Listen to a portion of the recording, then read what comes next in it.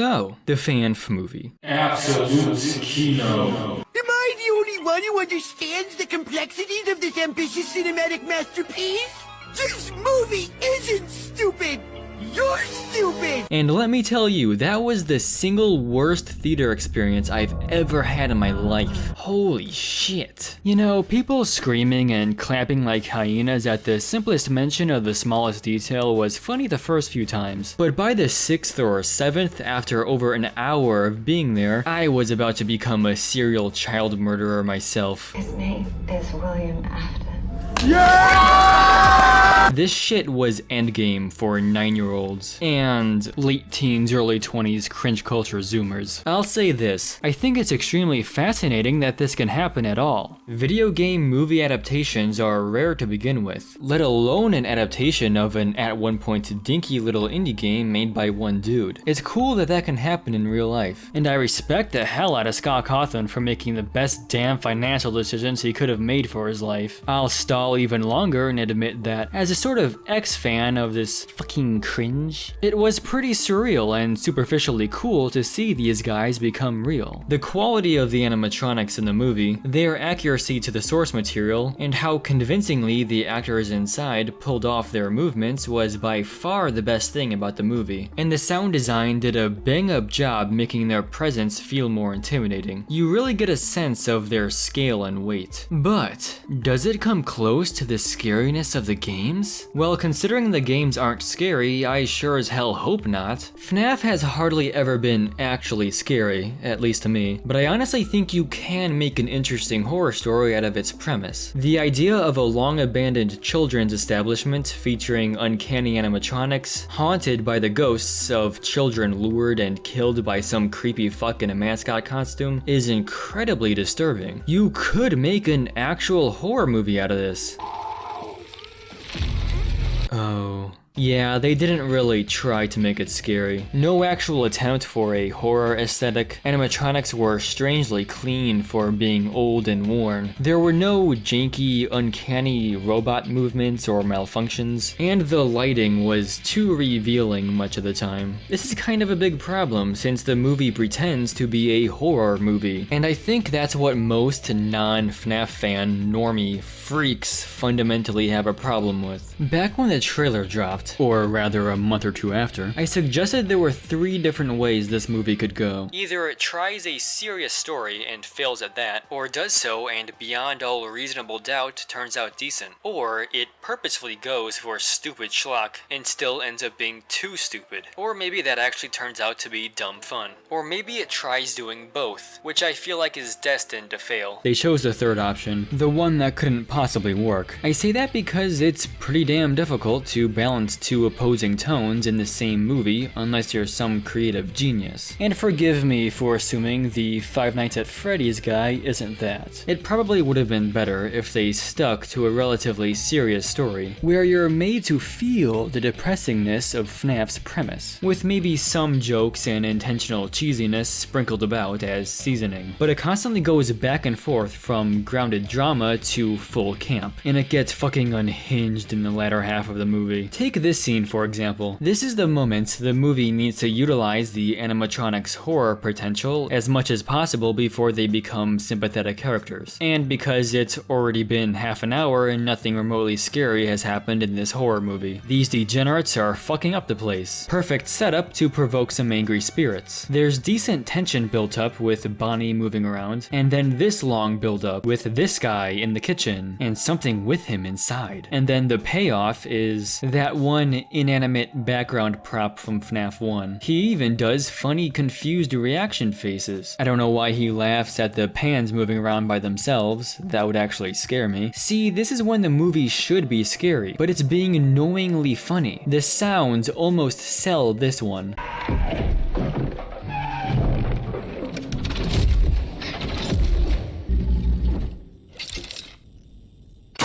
but Bonnie just looks too normal. I don't know. The cupcake being alive and killing people is fucking terrible. I swear, that piece of shit had a higher kill count than any other in this movie. The best this scene gets is with the final girl. A ghost child leads her down a long, creepy hallway to a back room filled with strewn about robot parts. There, Freddy is just standing there with a child's voice inexplicably coming from it.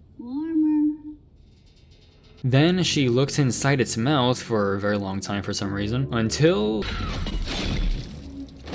Was that the— Holy shit, what the fuck, damn. A bit more than a frontal lobe. This is the one time the film decides to not be restrained, and it's so obnoxious and ridiculous. You know what, I appreciate it. It was one of the highlights. So much of this scene is framed so comedically. Like, I know some of these FNaF concepts are inherently a little silly, but taking it so unseriously only further hurts the overall vibe, especially for those who are looking for a horror movie. The cheap jump scares don't count as horror, by the way. I know what franchise this is, but this crap still sucks, as it would in any movie. The sound design in this movie is way overqualified for the job. It makes a valiant effort to try and carry the whole movie, but everything else went out of its way to sabotage any sense of tension or fear. I like some of the music. The main theme is a bop.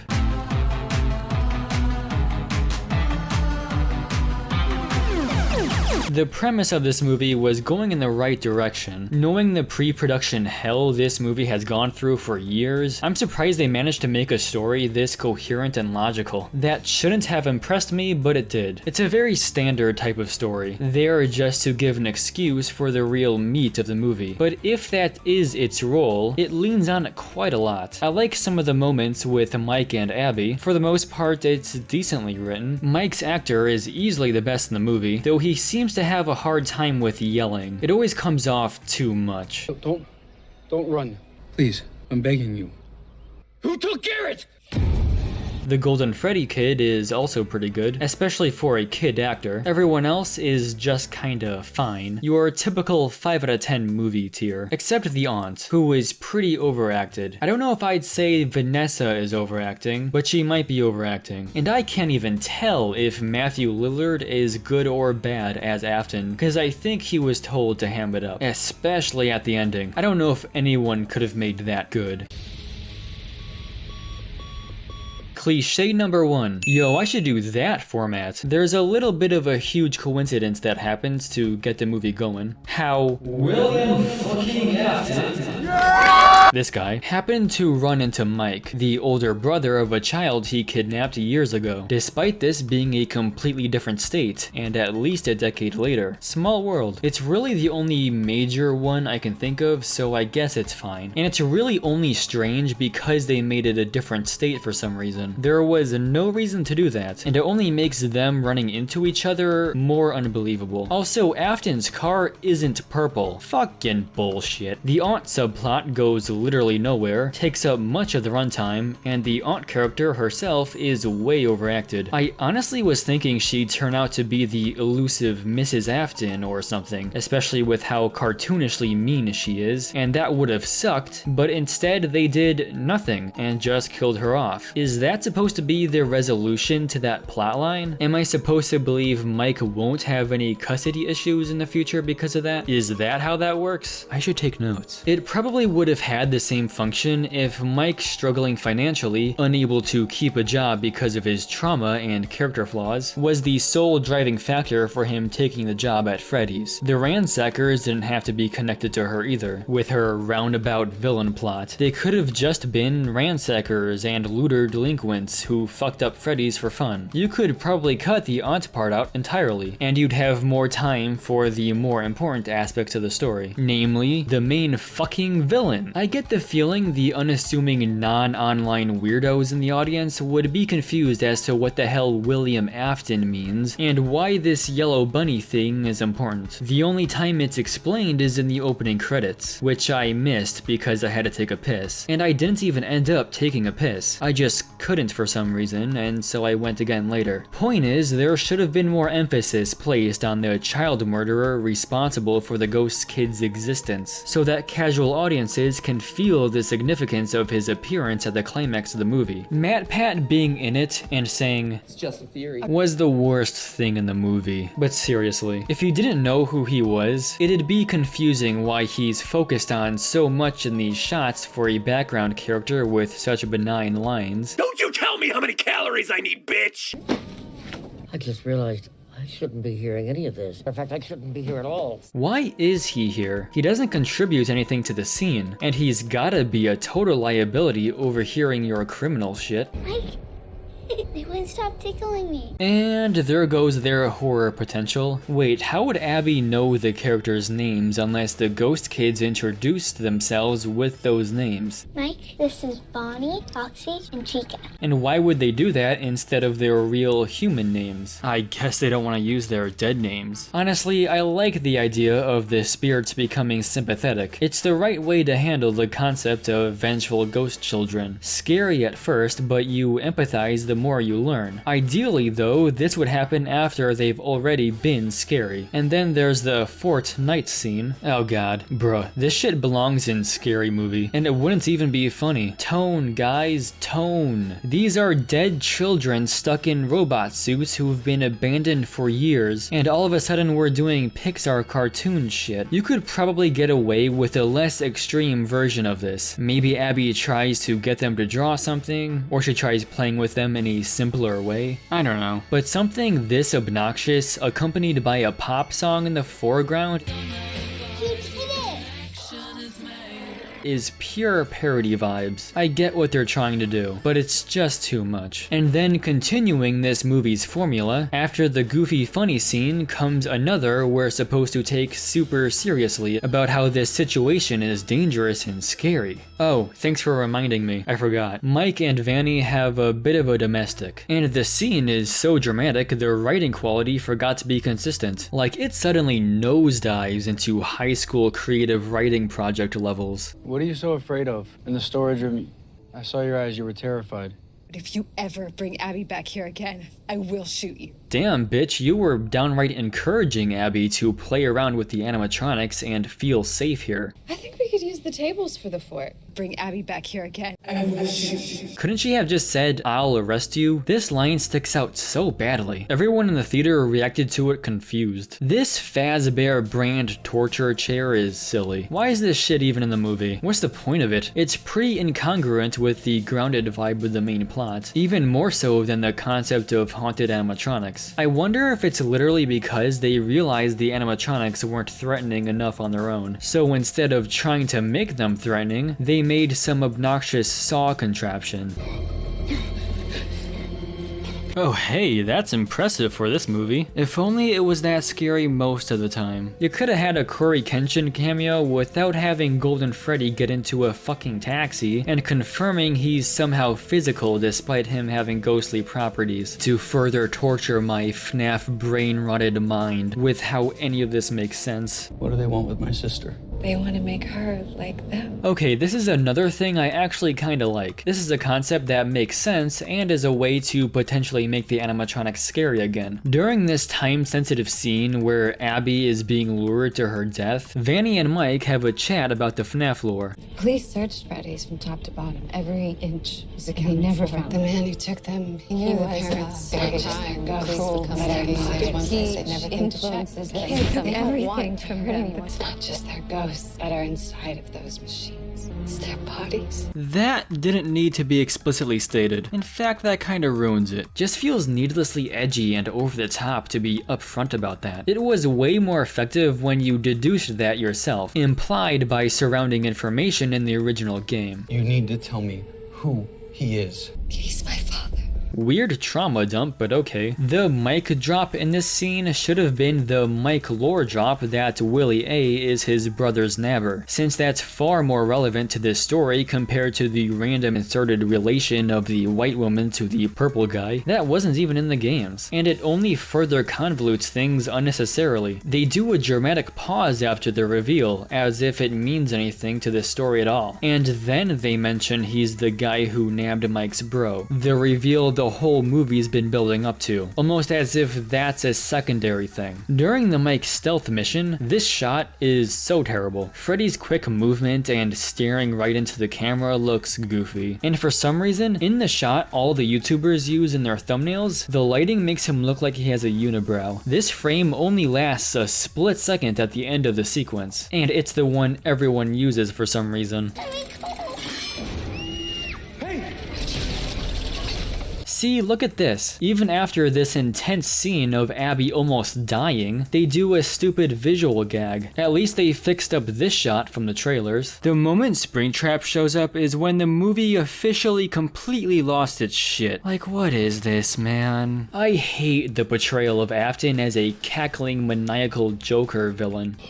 Lucky me! First I killed your brother, now I kill you. Symmetry, my friend. I think this is a book thing, i.e. it sucks. All he needs to be is a creepy weirdo serial killer, but he's all quirked up though. All of his lines are the worst in the movie, except for the other worst lines in the movie. In the game lore, the serial child murderer having kids of his own and being a co-owner of Freddy Fazbear's itself never sat right with me. It's naturally pretty weird, and was a strange detail to just drop on us after becoming familiar with this idea of a crazed serial killer for 3 games. It means you need an explanation for why he's killing people, other than just being crazed. Him having kids of his own suggests his kills are specifically targeted, and yet it's a pain in the ass to try and figure out why that would be. Here we have similar problems. We don't know if he's the owner of the joint, though it's pretty likely, but he does have a kid, and he doesn't always kill directly, just feeds people to his weird murderous adopted furry children. So he's not just doing it for the thrill. He has this whole ass system, and for what? Raglan being Afton only makes things more convoluted, and for the movie to not even explain why is annoying. Usually reveals like that should make things make more sense. This shit just leaves you with more questions that aren't even interesting. Also, it's kind of whiplash to put this scene when we were right in the middle of being worried about Abby being hunted by Foxy. Springtrap's reveal and immediate stealing of the spotlight comes before the resolution to this tension for some reason. Also, why was Springtrap only half withered? You're like teasing me with how you're not utilizing the horror potential of these concepts.